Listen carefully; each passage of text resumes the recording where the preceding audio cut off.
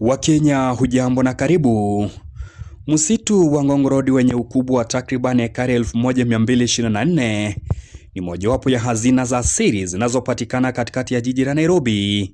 Miti mirefu ya asili inayopendezesha msitu huu si tu kivutio cha mandhari, bali pia ni chanzo cha hewa safi, makazi ya viumbe mbalimbali na kinga muhimu dhidi ya athari za mabadiliko ya tabia nchi.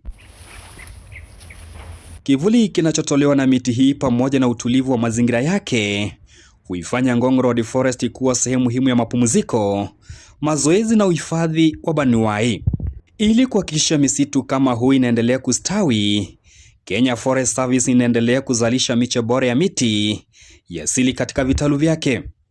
Hapa wahudumu wanaendelea kutunza na kumwagilia miche kila siku, kuhakikisha kila mche unakuwa na afya nzuri kabla ya kusambazwa kwa wananchi kwa bei nafuu.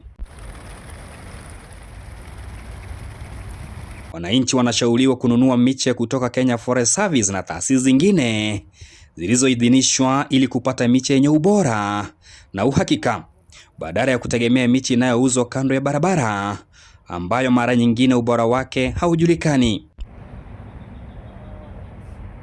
Hatua hii inaunga mkono lengo la serikali ya Rais William Ruto la kupanda miti bilioni 15 ifikapo mwaka 2032, mpango unaoratibiwa na mhifadhi mkuu wa misitu nchini Bwana Alex Remarekoko, ambao unalenga kuongeza uoto wa misitu na kuimarisha uhifadhi wa mazingira nchini.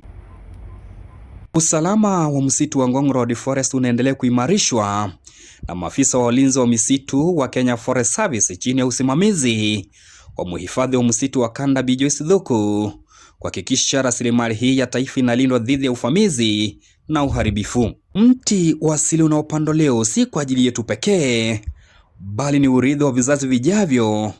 Chagua mche sahihi, panda mti, linda mazingira na ujenge Kenya ya kijani. Langu jina ni Felix Mwita.